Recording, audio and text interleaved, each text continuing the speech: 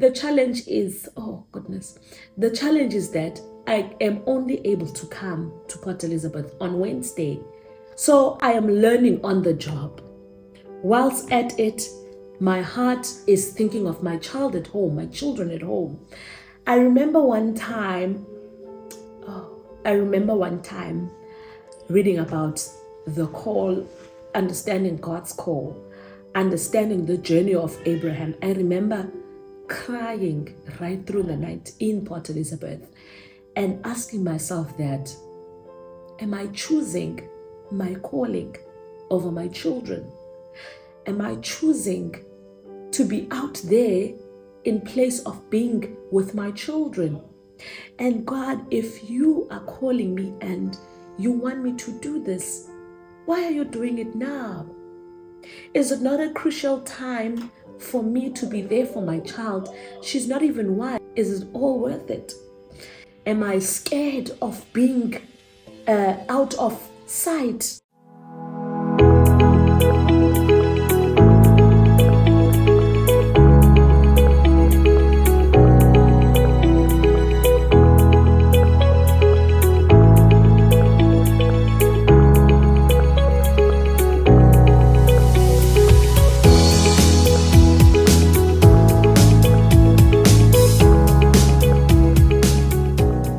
Hello everyone, welcome to my amazing space, welcome to my channel.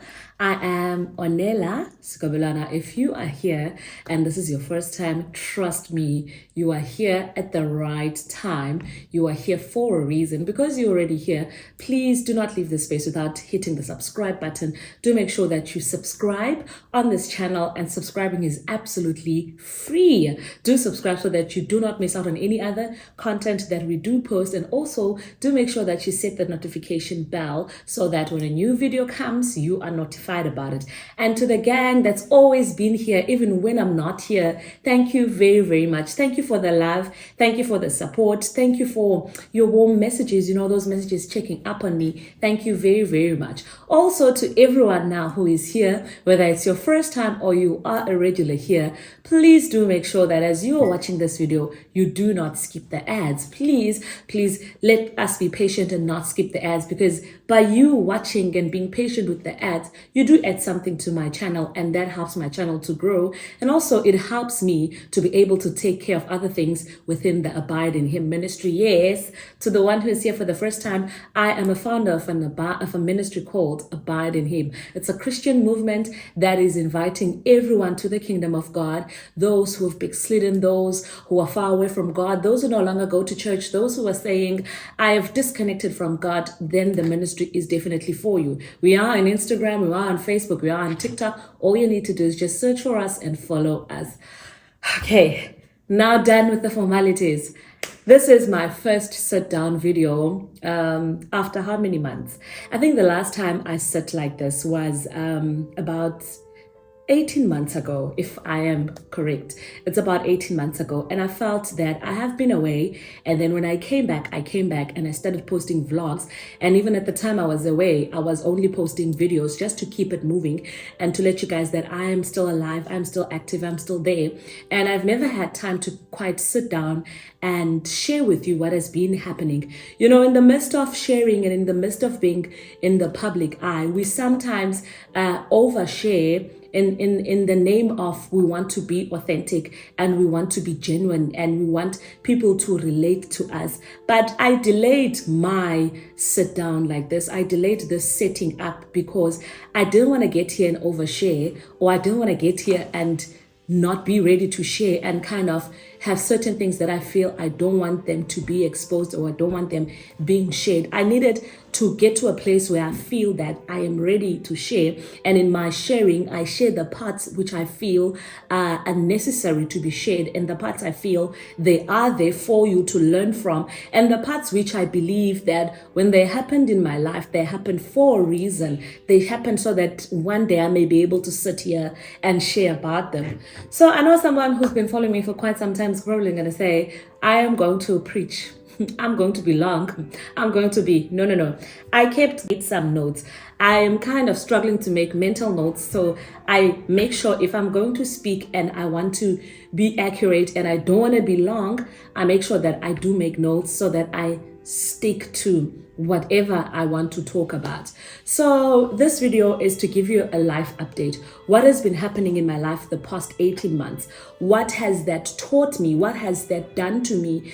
And now where am I? What am I doing? And where is God probably taking me in this season? So the past 18 months, the last time I was here, I think it was when I came to update you when I was packing my pregnancy video, which I'm going to tag the link to it. If you have not watched it, then to the mummies who are watching and you're pregnant and you are close to giving birth, I will tag that video so that you get to check if you need to some help in packing your bag. So when I was sitting here, that was then. I was about to get ready to give birth in quite a few weeks' time. And then, yes, I did give birth. I gave birth to a beautiful baby girl. Her name is Yenaye Zuri Skobelwana. She was born on the 10th of May.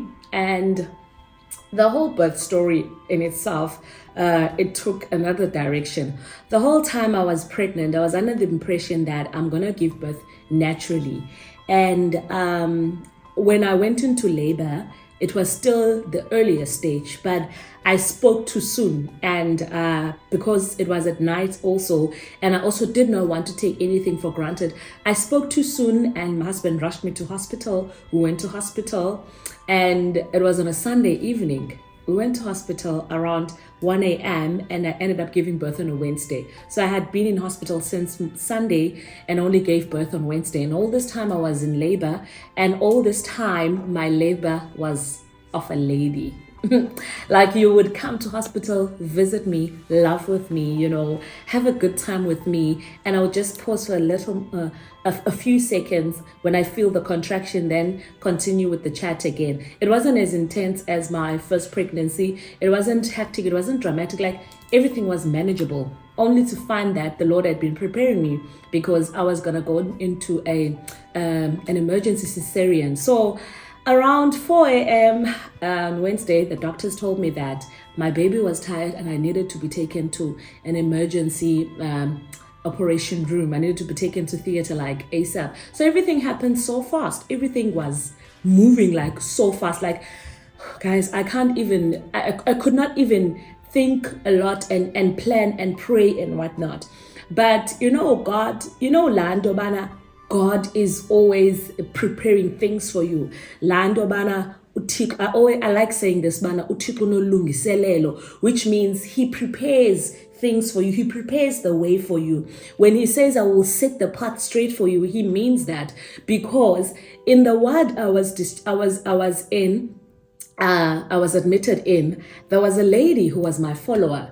And when all of that drama happened, I was taken to the theater like in a split second. It all happened so fast. Like I said, there was this lady, her name is Avela. She was following me from social media. And then as she was following me, when everything happened, only thing I could do was to say to her, please keep my stuff and look after my stuff. I could not call my husband, text, because everything was just happening so fast. And also they were panicking because of the hours I had been in labor. Remember, I was in labor on Sunday. It was a Wednesday evening, morning, 8 a.m.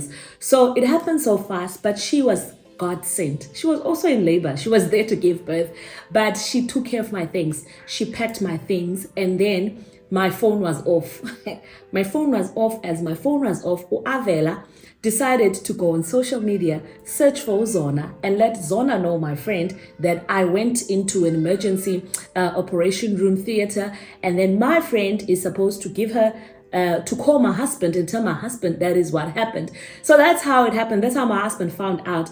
And then after that, after giving birth, I was there and lying there with my phone off, could not communicate and whatnot. And it was 6 hours after labor, and I was there, my baby was there, everything was a success. You know, it was all a success. Like, everything, man, everyone, they handled me like a true daughter of the Most High. You know, it's a public hospital, but the way everyone was so on top of me, so concerned and wanting everything to go so well. uThixo unolungiselelo, uThixo uyayilungisa into yakho. Even when you cannot get to certain places, kuloo ndawo where he has placed you uza kulungiselela, and that place will be enough for you at that time. So it was that moment. Gave birth and came back home with my baby. And today she's 18 months. As you can see in this video, she's a bubbly 18-month baby. Okay, not 18 months. In 5 days, she's turning 18 months. She's a bubbly 18-month baby who's all over the place with so much energy, with a smile, a socialite, a copy of me. Outside, she's everything. She's me, not everything, but on the outside, she's me. Like me. And then I feel Kim has taken me from the inside. So that was where I was the past 18 months being a mom. And right after being a mom, when my ministry started, when my online ministry started, when I was still unsure of if I'm called or not. Remember, I think I once did share this, that my ministry started in 2020. But at that time, I didn't know that this is Abide. At that time, I didn't know that I'm called. But I had this burning sensation of preaching the gospel. I had this burning sensation of speaking about Christ, educating those who do not know this journey, and preaching, not really educating, but taking you through this journey, walking with you, So at that time, when my ministry was starting, I was not aware it was starting.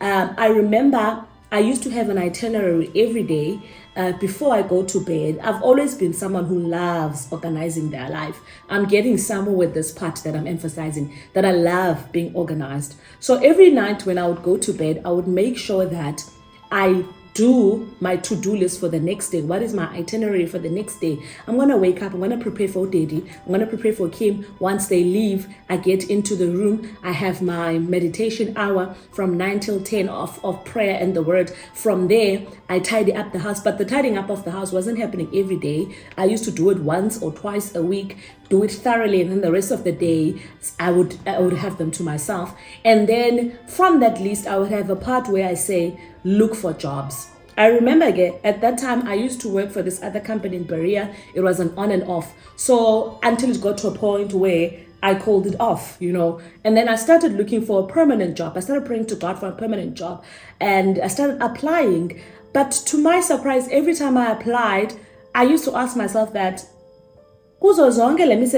maybe I do not qualify to not even one. No callback, no emailing back, nothing at all was happening. And it is only now that I'm realizing that I had to be here at home so that the person that I am and the ministry that was birthed and my journey to be established well at that time. Because if I was working and I was establishing my ministry and establishing my calling and accepting everything at the same time, so I could not find a job at that time. And also, I think I wanted to have a job because I was just tired of not having a lot to do in a day. In a day, I would spend the day reading the word, watching YouTube, reading the word, fasting. I used to fast a lot because I did not have much to do. Not to say fasting was for that, but I believe a lot of things that are happening in my life right now are from those days I used to fast, are from those prayers I used to make back in the days. So now I am pregnant. I've just given birth. When I was pregnant, my husband saw this post on the newspaper. He persuaded me into applying. And at that point, I had accepted it that, no, I am meant to work for the kingdom. And I'm not going to apply for any job or whatnot, And then after giving birth, I had this prayer in me that, Lord, I need something that's going to help me to be able to do things within your kingdom. Why? Because number one, I knew as the ministry is growing, because now Abide was already established and God had given me that the name is Abide. So now I knew that the name is Abide. I knew that the ministry had to be sustained. I knew that there are things I would need to do within the ministry. And I knew very strongly that I would not have the guts to ask anything from anyone. So I wanted now to work so that I can have that little money within me, After giving birth, 3 months down the line, I am called. I get this new job, the new job that I'm working in now. That was last year, August. I get the new job, and oh, guys, the Lord has been so amazing, not now that I come to think of it. Because nyani xa ndisithi uThixo uyayilungisa indlela yakho, He makes it smooth for you. When He says in the book of Isaiah, I will go before you, I will set the path straight for you. Every crooked road, every crooked path will be made straight. He means exactly that.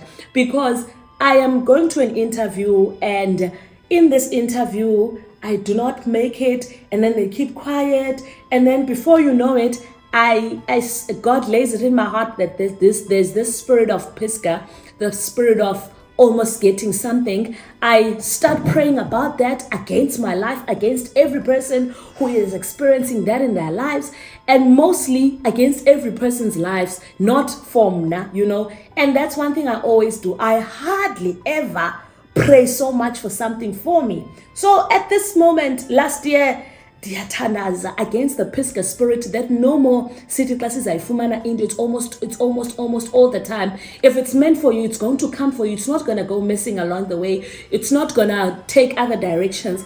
Before you know it, Gandhi, I'm preaching to myself. I am talking to myself that no more living a life of almost, and that is a story for another day. I am 30 years now, and there are so many things I got delayed in.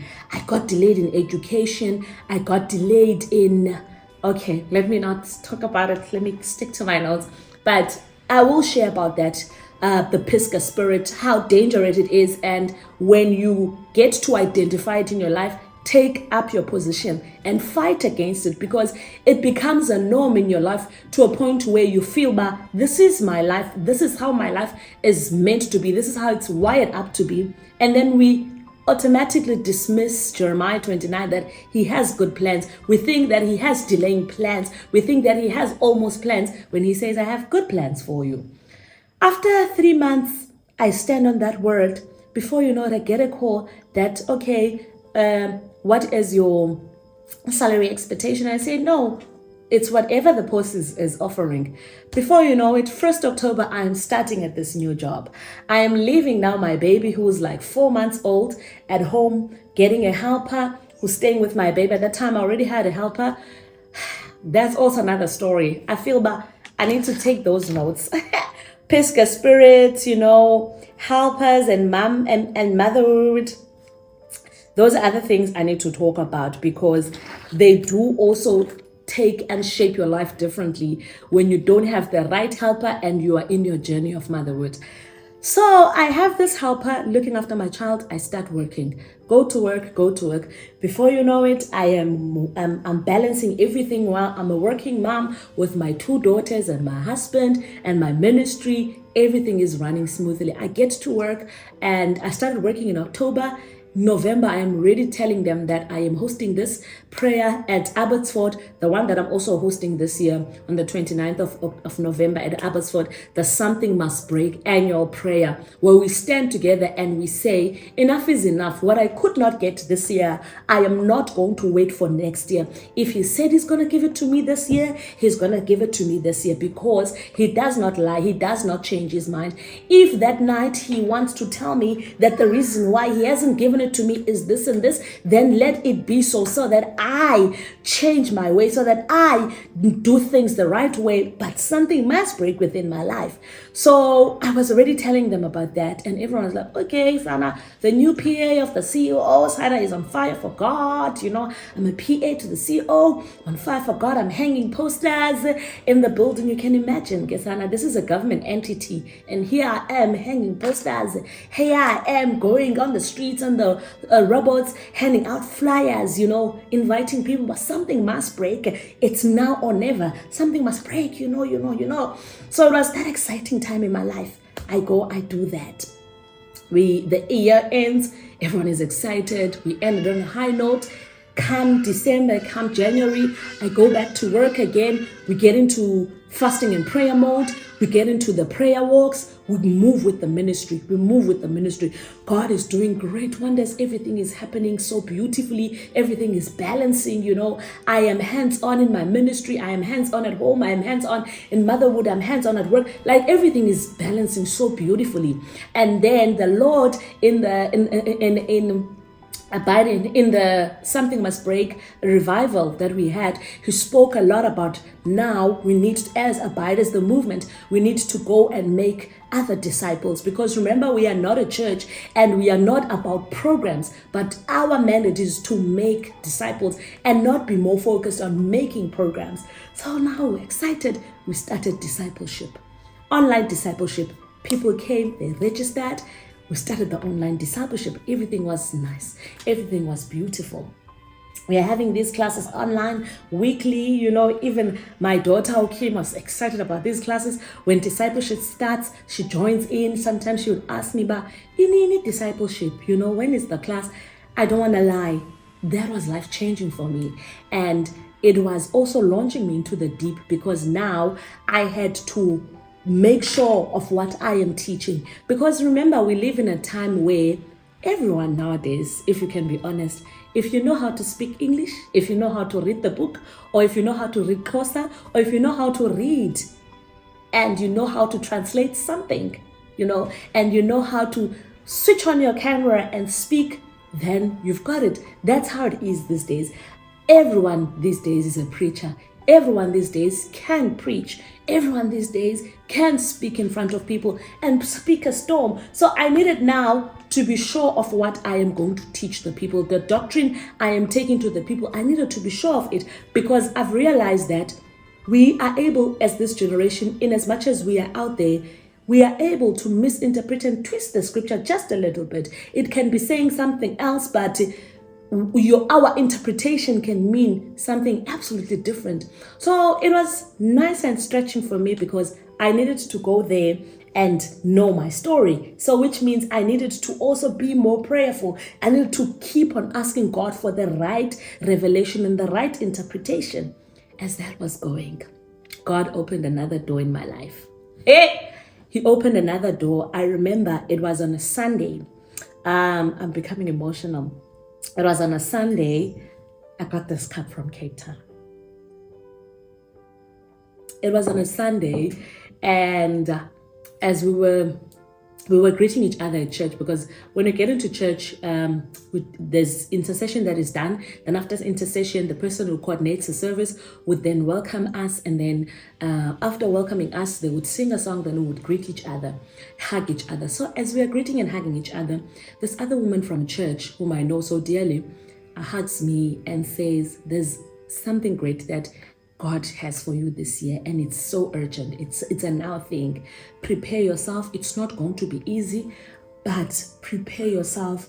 Be ready and be obedient. Let your answer be yes to this." And I was receiving that prophetic word.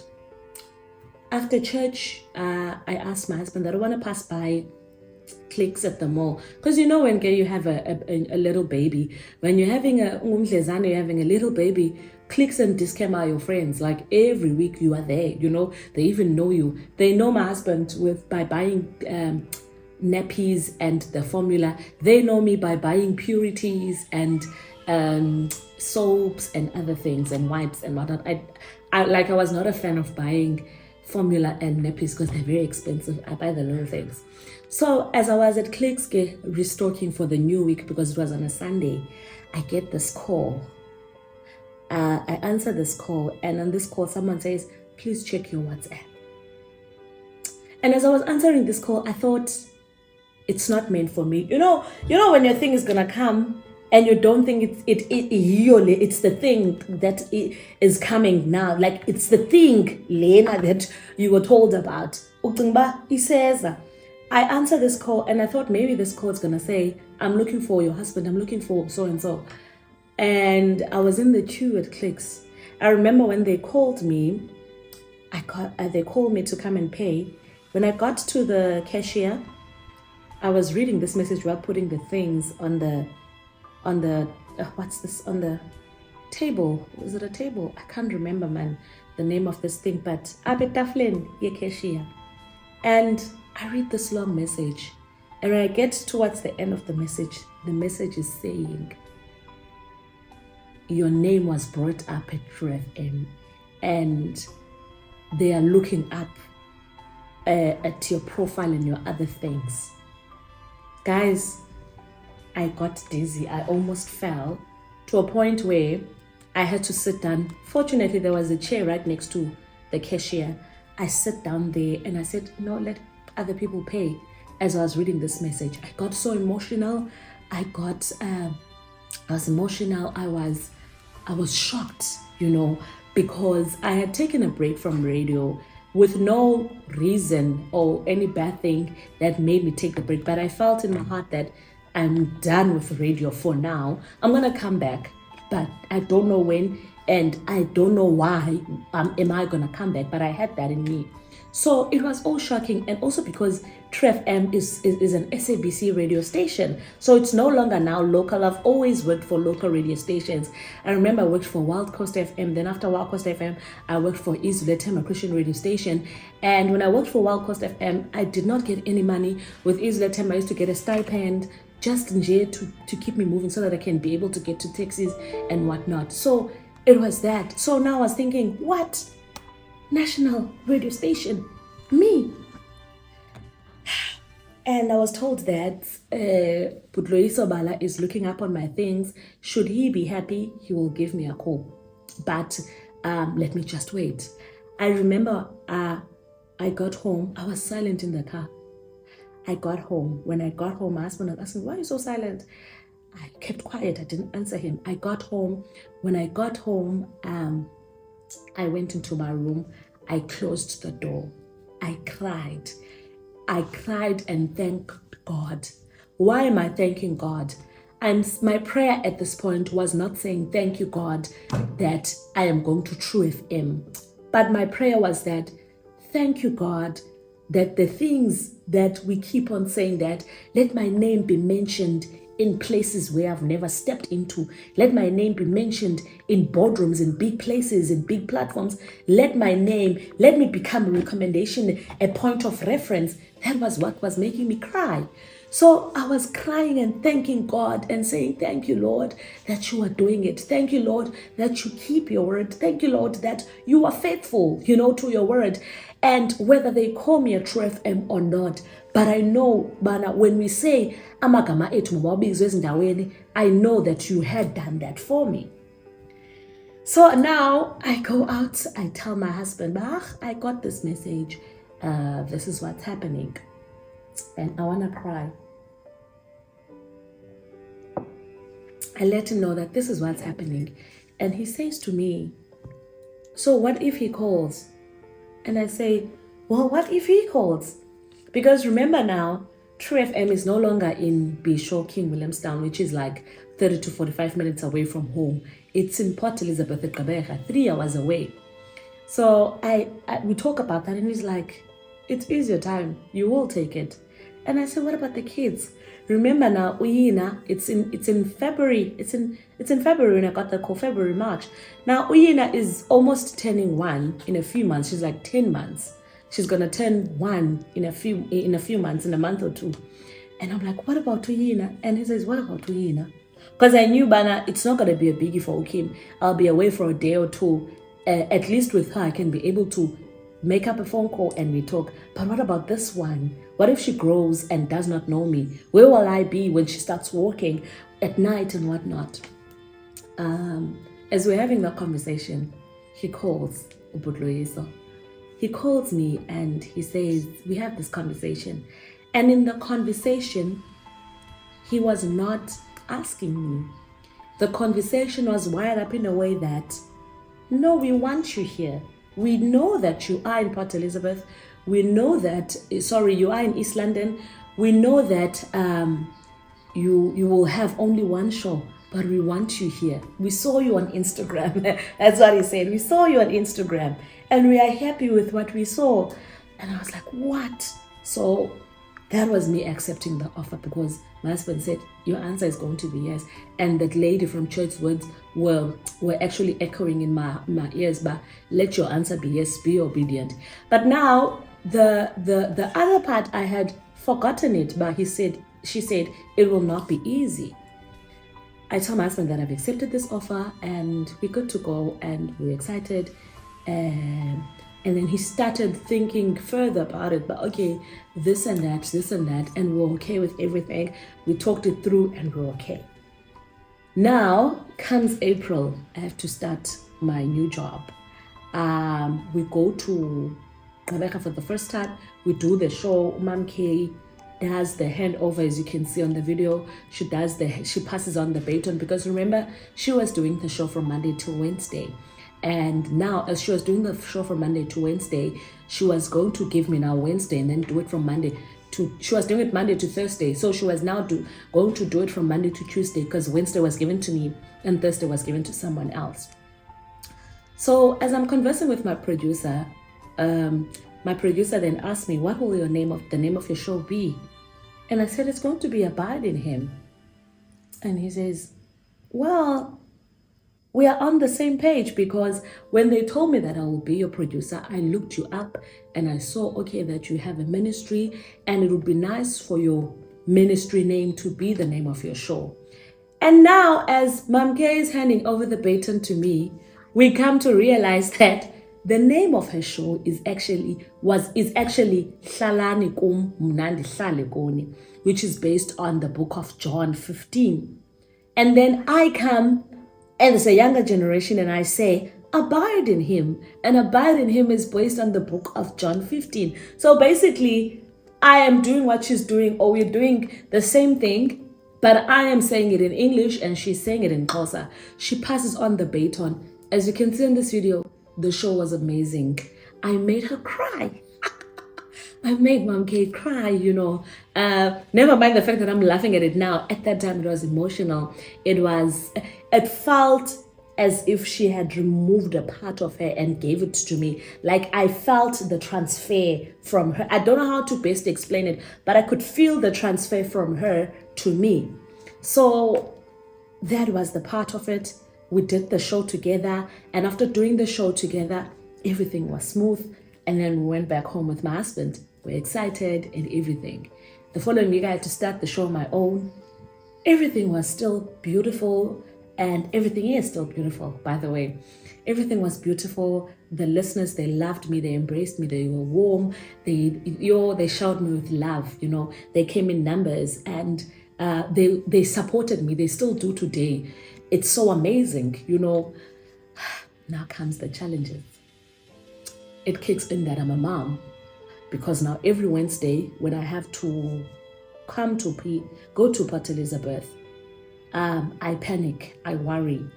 And then now it got to a point where I must sleep over in Port Elizabeth and then wake up in the next morning and then go back to work, rush for 8 a.m. at work, and then come back again after work. So it meant now I'm gonna go to work on Wednesday and not come back, but come back Thursday afternoon, because I knock off at work at 4. Every Wednesday would not sleep. She would cry right through the night. I am not having it easy on the side, because I feel the pressure. I have to know the buttons on the system. As I am broadcasting, I have to know which buttons to press, when to press them. And I have to do it whilst I'm speaking. And now the challenge is not having to learn the buttons. The challenge is, the challenge is that I am only able to come to Port Elizabeth on Wednesday. So I am learning on the job. Whilst at it, my heart is thinking of my child at home, my children at home. I remember one time reading about the call, understanding God's call, understanding the journey of Abraham. I remember crying right through the night in Port Elizabeth and asking myself that, am I choosing my calling over my children? Am I choosing to be out there in place of being with my children? And God, if you are calling me and you want me to do this, why are you doing it now? Is it not a crucial time for me to be there for my child? She's not even one. I think it was sometime in May. She's not even one at the time. She was about to turn one. I remember crying that night and asking, is it all worth it? Am I scared of being out of sight? Because remember, we are a generation, though we are called, though we are doing God's work, though we are gifted and anointed, but we are also a generation that is scared of being out of sight. We have the mentality of people in the entertainment industry that out of sight, out of mind. So you find that now misinterpreting the word consistent by being present, even at times we are not meant to be present at. Because there are times where God would want you to be away from social media, but be so present in Him. Being inconsistent in social media, yet consistent with Him. So I was in that, and I remember as I was in that, I came across a commentary that I once told you about understanding God's call and understanding the journey of Abraham, and realizing that there was a time where Abraham, as I was reading his journey, there was a time where he took Lot with him. And as he was taking Lot with him, he was not meant to take Lot with him. He was not meant to do that. God was so clear to him. He said, go, leave this place and go to a place where I will show you. I will make your name great there. But sometimes, we want to be safe. I want to be taken to a country or a land or a place where He's going to make my name great. However, I want to take it with my kids. I want to take, it's not wrong, but at that moment, God wanted it that way because He knew the bigger picture. He knew at a later stage what would happen. So as I was reading that, it comforted me.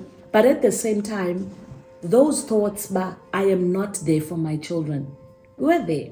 Those thoughts, maybe will grow up not knowing me fully because there are stages and steps I will miss out from. They were there. Those thoughts that I'm not a good enough mom, they were there. And as those thoughts were there, I had to make it work here because remember, when that lady gave me that prophetic word, I said, yes, I will be obedient to the Lord. Even if it meant taking me away from my family just once a week, I'm going to be obedient. I am going to do it. Guys, being obedient meant a lot in my life. It meant a lot of things becoming disorganized because as I was worrying about my children, worrying about not being present at home, I'm also worried about this new door, this new job, because I am making a lot of mistakes as I'm working. As I'm still on that, the discipleship class is falling apart.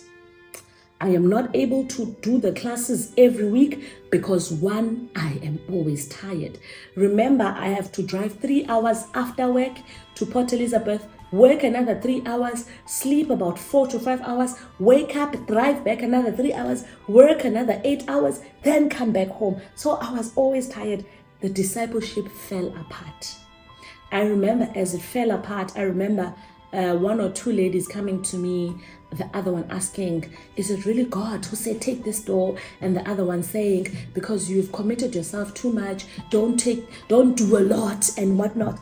And in those moments, you really want to respond. In those moments, you want to justify yourself because no one wants to be deemed as someone who has failed. You don't want to be a failure. You don't want to drop people. You don't want to seem like someone who does not know what they are doing. But the more I wanted to explain, the more things kept on falling apart.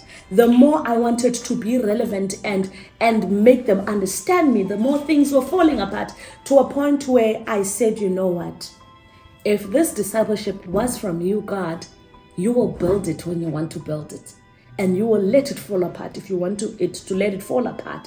Because I did not want to do any discipleship. I did not want to gather anyone, but I did it because I am obedient to you. The discipleship fell apart. A part of me did feel like I failed them. I remember one even said to me that we were still learning. We were looking forward. You were taking us somewhere. Now you're just dropping us. I felt like I dropped them, because we were getting somewhere. That person wasn't speaking lies. I felt like I dropped them. My human nature felt that I failed. My human nature felt that I have no direction. My human nature felt that I cannot balance my life, because as much as I wanted to be present online, my timing and my schedule would not allow me to be present online, because the little time that I get when I am at home, I have to make sure that I spend it with my husband, I spend it with my children, because I'm still married, I'm still a mom, I still need to be present at work, at my PA job, I still need to be present in this ministry work, because in as much as working for radio might be a job, I never took it as a job, because I needed to go there spiritually ready. I needed to go there, have a word to heal someone, to restore someone, to uplift and encourage someone, to change someone's life. So I felt all of that at that moment. It reminded me of the story of Mary. There was a time, if you can check here on my YouTube, there was a time where I think I posted it once or if not twice, where I was talking about understanding the assignment. And when I spoke about that word or that sermon or that message, it came from a point of, here was Mary. And I was actually thinking about it now when I was coming back from Ratbana. Sometimes God's sense of humor, he will let you preach about something and you'll understand the thing fully, only to find that at a later stage is going to take you through that thing. Here is Mary. She's at the verge of getting married. She's excited. The community is excited. She's a virgin. Everything is going well. Everything is planned. She's going to get married to Joseph. They're going to host a big wedding, whatnot. Almost that phase of getting married. And then boom, she is pregnant. And as she's pregnant, she did not get pregnant the normal way.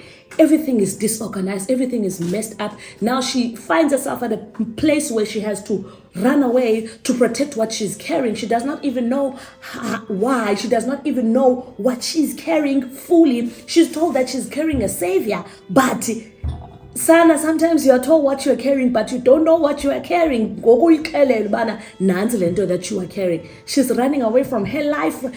She's finding herself in a lot of positions and a lot of places because she is protective of what she's carrying. I can relate to that.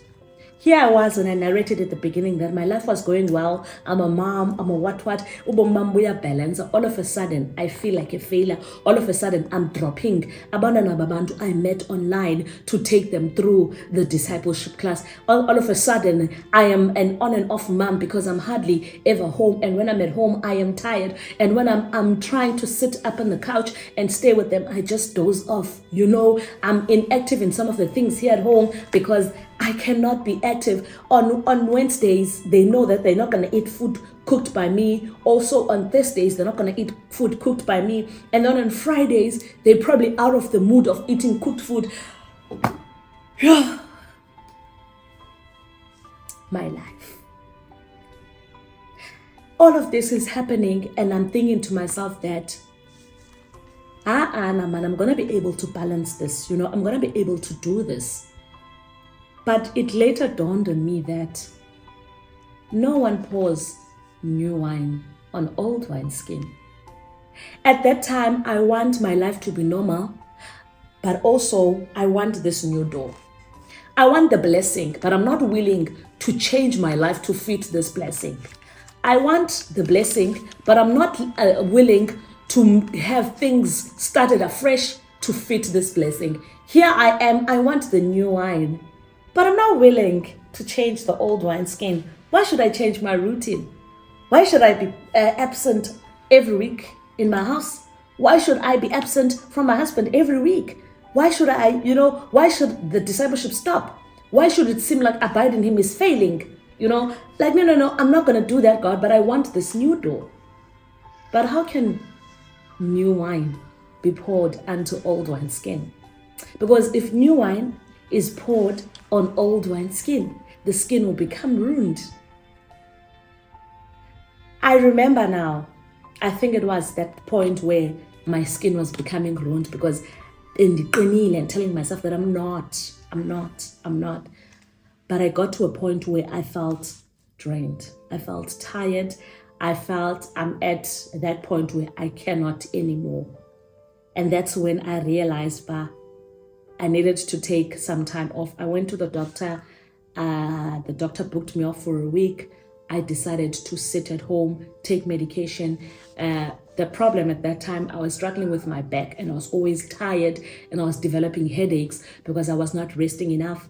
I decided I'm going to go to the doctor, get medication, and I'm going to finish my medication, because I needed, and I even remember telling the doctor that my back is always sore. And I told him my routine and I don't have energy. He gave me these vitamins that will give me energy.